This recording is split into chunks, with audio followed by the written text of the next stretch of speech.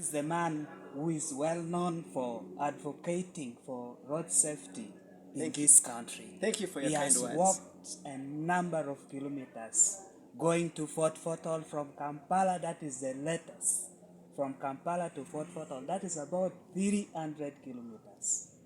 He has walked to Mbale. He has walked through all the streets of Kampala to see the road usage.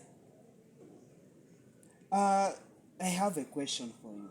Briefly, can you explain to us your experience while walking on the roads in Uganda concerning the road usage?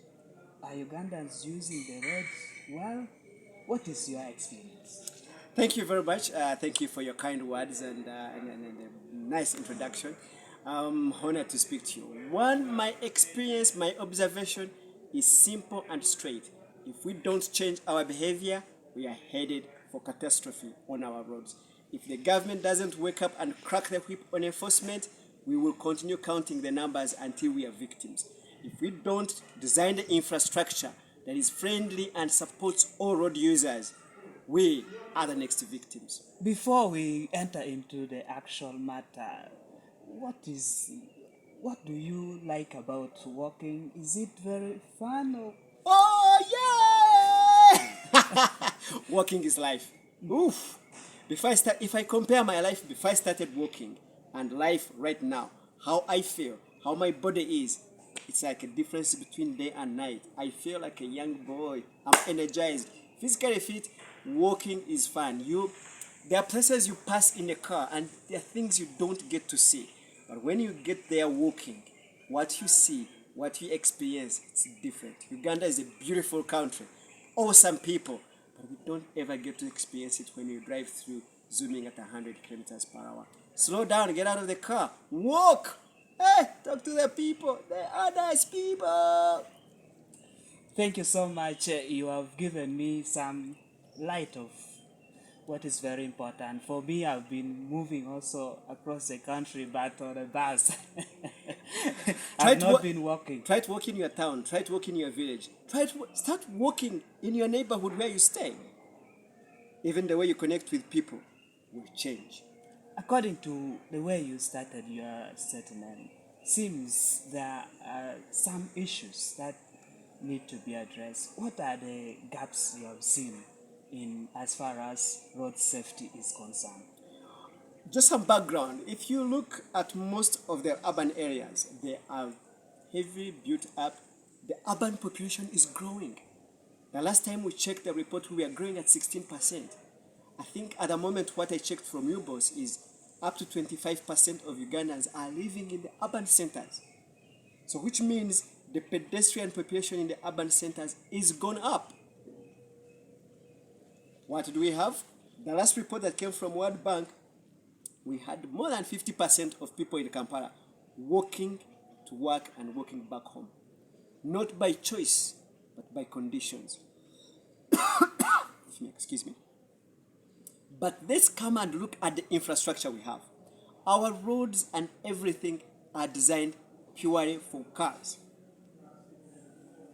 But with all these people walking, with all these borders in our towns and the cities, and all these people walking, it means it increases the conflict between pedestrian, cyclist, and motorist. And what does it mean? Crash. And what do we have? We end up with a report that says majority of the victims of road crashes are pedestrians, motorcycle riders, and passengers on motorcycles. Why? It's what we've designed.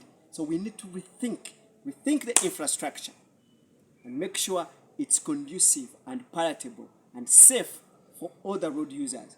After rethinking the infrastructure, let's go and look again at the causes of the road crashes on the road. Careless driving, reckless driving, driving under the influence, distracted driving. All those are things that come back to me as a road user. Why do we have all this? Let's crack the whip. Enforcement.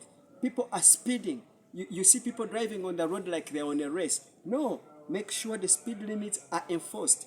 Make sure when people they get in their cars, they put on their safety belt.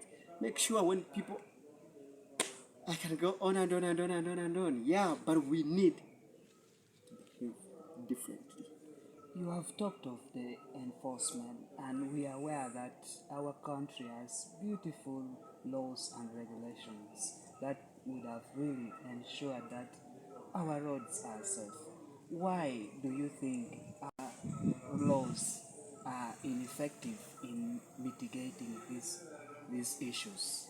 One of the big issues you find is, I would say, one, and this is very common, it's been said so many times and I've witnessed it.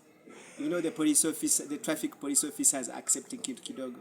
You know, you take 10,000 shillings at the expense of so many lives in the event of anything. Two, the political interference. You know, the so-called Gambanogu and the LCs and whatever, interfering with the police traffic officers when they are enforcing the law and telling them, no, leave our people. If someone calls you, they've been stopped when they are driving at 100 kilometers per hour, they say, and then you say, that's my son, let him go. But why was he stopped in the first place? So we need to let people be responsible for their actions. And then make sure people are educated. We don't need vehicle movers on the road. We need drivers on the road. People who know what it means to drive that car. You know, if that car is driven at 100 kilometers per hour at that speed, and there's a crash, the impact it will have on the driver and whoever it has crashed is way greater than if it's being driven at 80. And definitely way greater than if the car was being driven at 50 kilometers per hour. So we need to make sure all these are enforced and the people are educated. They know that what they have, the car doesn't kill people, it's them that kill people using the car.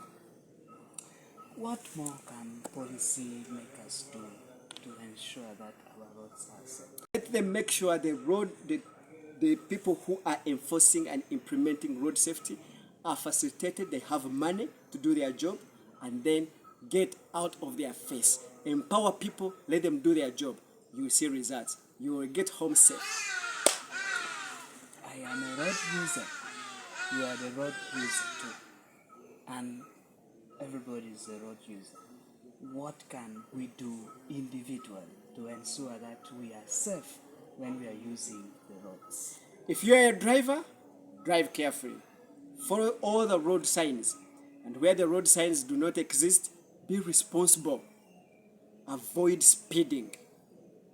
We all know in built-up areas, in urban areas, speed limit is 50. Why are you cruising at 80? Watch out for pedestrians. Take good care of pedestrians. I mean, you're in a car, they are walking. Please, they are vulnerable. Look out for them.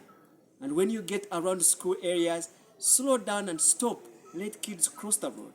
And to you, my friend who is walking, hey, remember, walk on the right side of the road. Make sure you don't have anything loud in your ears that is distracting you. You're able to hear what's around you.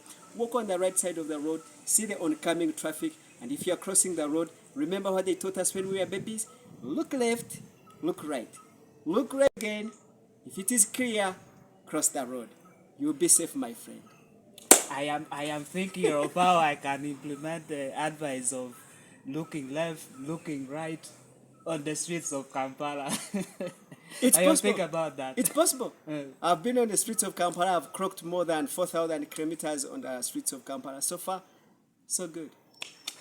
Thank you so much having you, Mr. Joe Walker. And thank you so much for watching Generation TV and Land News channel. Subscribe, like, and share the videos.